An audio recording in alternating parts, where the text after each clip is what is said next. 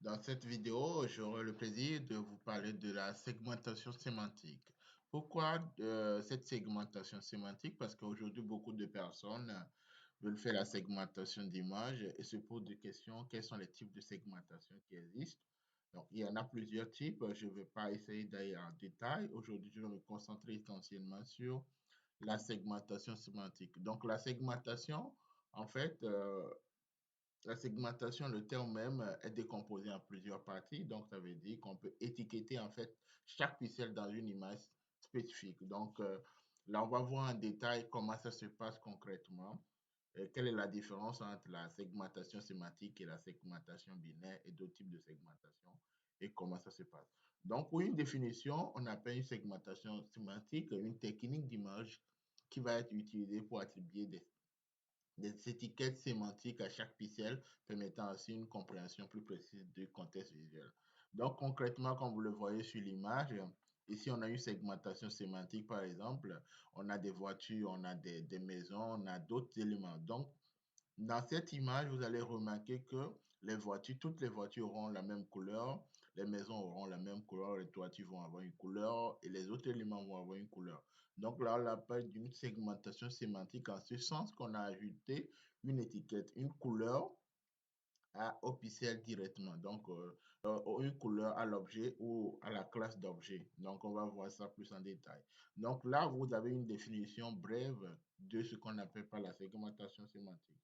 On va aller plus en détail pour voir ce qu'on appelle les détails de la segmentation sémantique.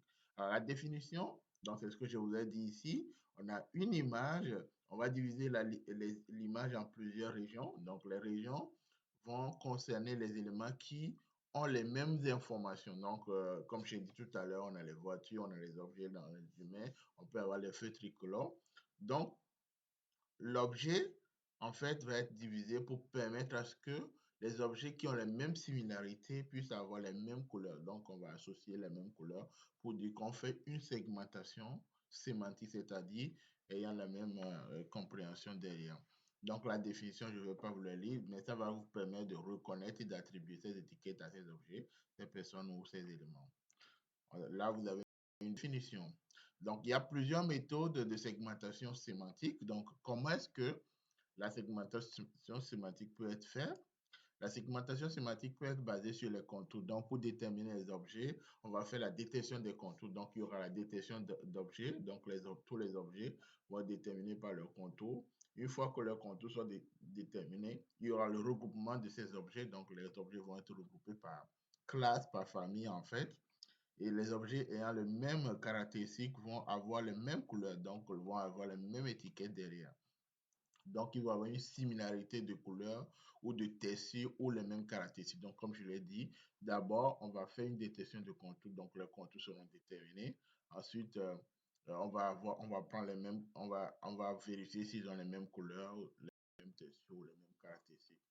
Maintenant, on peut faire une autre segmentation sémantique aussi en se basant par exemple sur l'apprentissage automatique. Donc, on va utiliser un modèle d'apprentissage automatique comme les RCNN ou les FASTA RCNN pour pouvoir faire la détection. Donc, là, je vais aller à la détection. Donc, en gros, ce que vous voulez comprendre, la méthode, trois méthodes que je vous cite ici.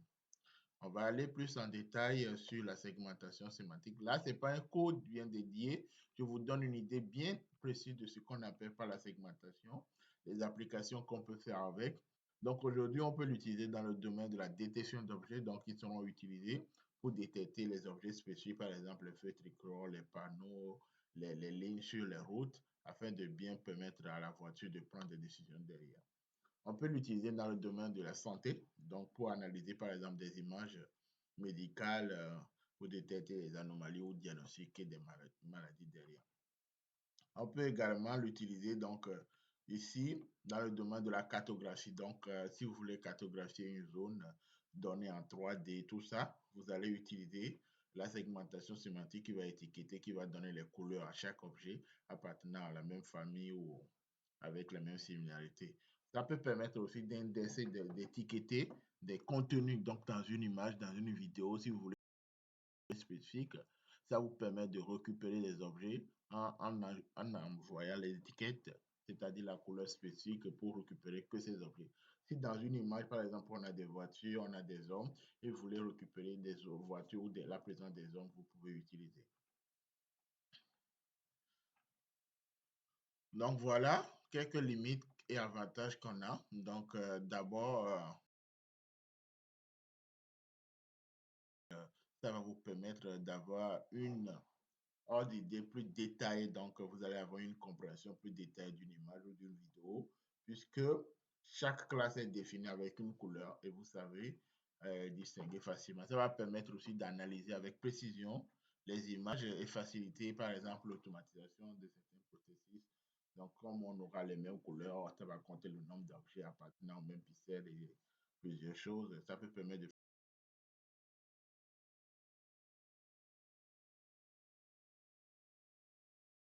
limite. Donc, le plus grand problème qu'on a, c'est que le temps qu'on va prendre pour faire le traitement va être plus long parce que vu que on va classer, on va faire la détection de contour de l'objet, ensuite l'assigner une étiquette, une couleur.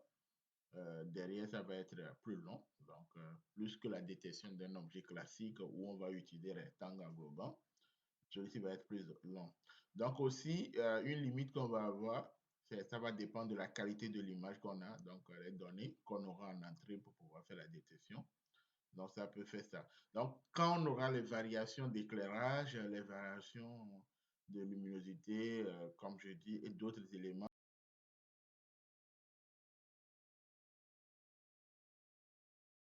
sur la détection. Donc quand je parle de la détection, je vais parler de la segmentation.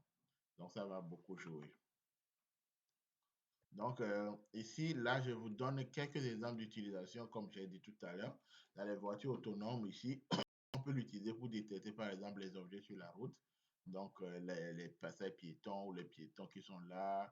On peut détecter, par exemple, à la prise de décision en fonction de l'objet qui est détecté derrière et de l'étiquetage qui est derrière. On va dire, ah, ok, si c'est tel objet, alors freiner, accélérer, faire telle chose. Donc, ça va permettre de faire la prise de décision dans une conduite autonome.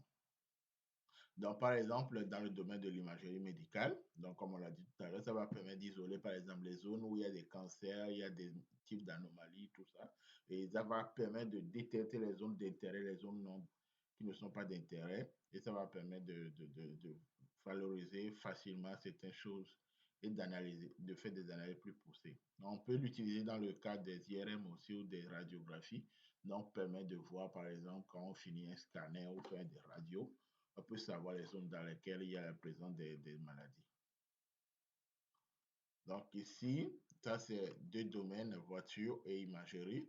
On peut avoir une conclusion. Donc là, je fais une introduction brève de la segmentation sémantique. Il y aura une vidéo que je vais faire sur la segmentation en général. Il y aura d'autres vidéos que je vais faire sur d'autres types de segmentation. J'en ferai sur la détection d'objets. Qu'est-ce qu'on appelle par la détection d'objets? Quelle est la différence entre la détection et la classification? J'en ferai. Mais pour pouvoir me soutenir, n'oubliez pas de liker la vidéo, de vous abonner, de partager surtout. Et si vous avez des questions, laissez les questions en suspens. Je fais la façon théorique pour vous montrer les leçons en général, mais la façon pratique que je fais sur d'autres vidéos, par exemple, les entraînements avec les modèles, il y a les codes d'OpenCV que j'utilise pour faire des choses. Il y a tellement une série de vidéos que je vais faire sur le traitement d'image, en commençant par ce qu'on appelle par le traitement d'image, qu'on appelle par la détection, n'importe quel sujet qu'on peut aborder, le filtrage, quel type de filtre on va utiliser, le suivi d'objets, tout ça, je vais le développer. N'oubliez pas de liker toujours, de me mettre en commentaire ce que vous voulez que je développe pour vous dans le sujet prochain si je ne l'ai pas encore fait. Et n'oubliez pas de vous abonner.